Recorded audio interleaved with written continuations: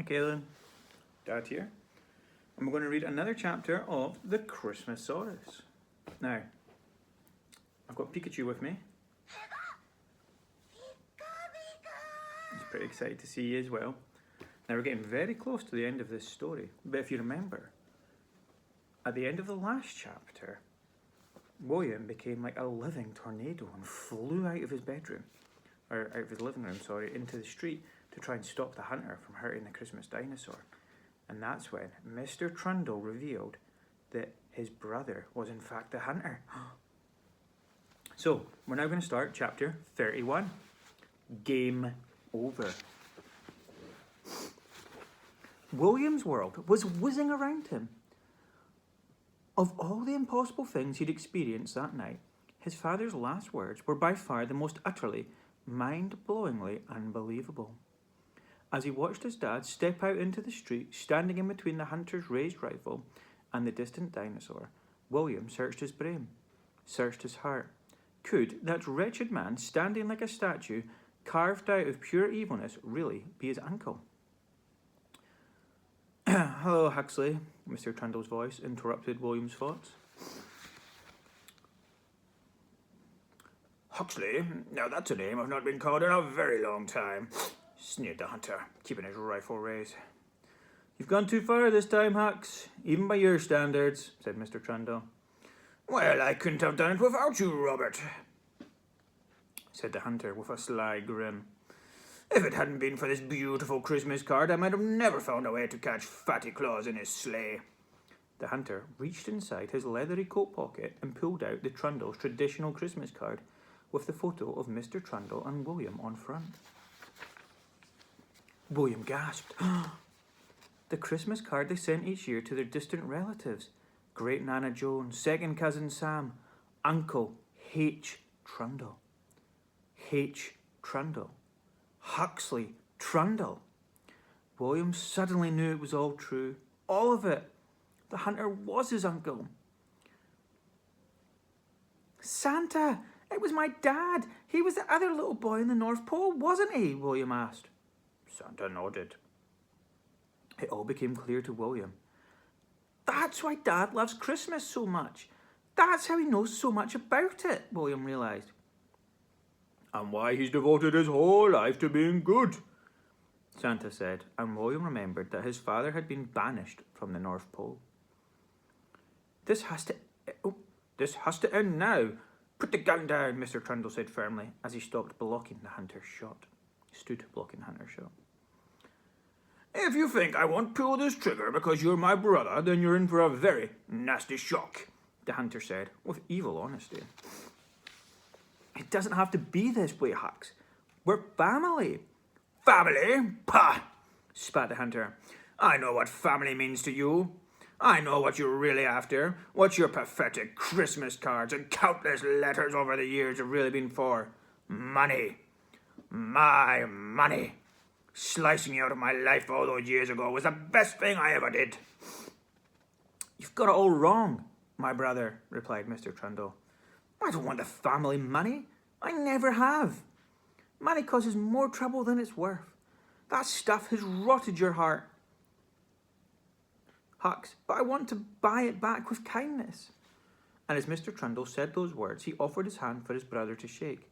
A full heart is worth more than a full wallet. The hunter paused. One eye was still glued to the sight of his rifle, whilst the other flickered momentarily toward Mr. Trundle's outstretched hand. You have precisely 3 seconds to get out of my way, or I'll blast you out of the way, said the hunter, coldly as he closed his eyes and took aim. William knew he wasn't bluffing. Dad! He called out. 3, said the hunter, his beady black eye plastered to the side. Mr. Trundle didn't budge. 2! This isn't a game, little brother, said the hunter. Mr. Trundle stayed put, defending the Christmasaurus. 1! Bang! The gunshot rang out, deafeningly loud as it tore through the street. It knocked Mr. Trundle off his feet and sent him soaring through the air before he landed in a heap on the pavement. Dad! William screamed, tears exploding uncontrollably from his eyes. The hunter turned and faced him, the barrel of his smoking rifle pointed dangerously in William's direction. Unless you want to say ta-ta to Santa Claus as well as your father tonight, you better keep your mouth shut, said the hunter. William continued, crying silently, not taking his eyes from his father's body, lying motionless in the snow. Growler, it's time, said the hunter as he turned back towards the shadowy dinosaur and crept up the street. As soon as the hunter and his mutt had walked a few meters away and were focused on their prey, William made a silent dash for his dad, closely followed by Santa. As William reached his father, tears filled the eyes so he couldn't see. He sobbed and sobbed. Willie Poos, is that you? Whispered a soft, shaky voice. Dad, you're alive, said William in amazement, quickly wiping away the tears. Mr. Trundle sat up on the pavement, looking completely confused. Yes, I suppose I am, he said with surprise. Well, stuff my turkey, Santa said in a jolly, hushed voice as he pointed at a smoking bullet hole in Mr. Trundle's woolly Christmas jumper. Mr. Trundle placed his hand over his heart with a smile. Then he reached down inside the top of his jumper and pulled something out he'd been wearing around his neck. It was a thin, worn piece of brown leather, and when he reached the end, William noticed that something was attached to it. The piece of reindeer antler, William gasped in amazement as the pointy, branch-like piece of horn popped out of Mr. Trundle's jumper. I've worn it round my neck all these years, Mr. Trundle said, looking up at Santa. He dangled the small piece of antler his evil brother had cut from the flying reindeer those many Christmases ago.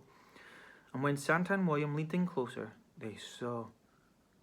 The bullet, William and Santa said at the same time. It was lodged deep inside the piece of antler. It saved my life, said Mr. Trundle. Well, there's one more life in need of saving. This is going to be Santa, hold on. Well, there's one more life in need of saving right now, Santa said in a deeply troubled voice. Staring up the street, Mr. Trundle and William peeked out from their hiding place, behind their neighbour's snow-covered car. They saw the hunter silently slip a sleek bullet into his repulsive rifle, lift it to his bloodshot eyeball, and release a puff of thick smoke from his pipe. And they heard that awful, heart-stopping sound again. Bang! One single gunshot was all it took. It was violently loud as it zoomed down the street towards the shadowy dinosaur. No! William screamed, but it was too late. The hunter hit his target. The sun was gleaming, but there was no dinosaur silhouette anymore. There was only a shadowy heap, lying very still in the distance where the dinosaur had been. Ah, yippee-yahoo, hooray! It's mine! I did it! Did you see that shot, Growler, you silly old mutt? I shot him! I shot him! Ha! The hunter screamed and cheered and celebrated with a vile dance in the middle of the street, whooping and waving in the sky. And as he danced his wicked celebration, light, fluffy snowflakes started descending from above. William was crying. Santa was crying. Mr. Trundle was crying. There was nothing they could have done to stop it. It was game over. The hunter won. He had killed the Christmasaurus.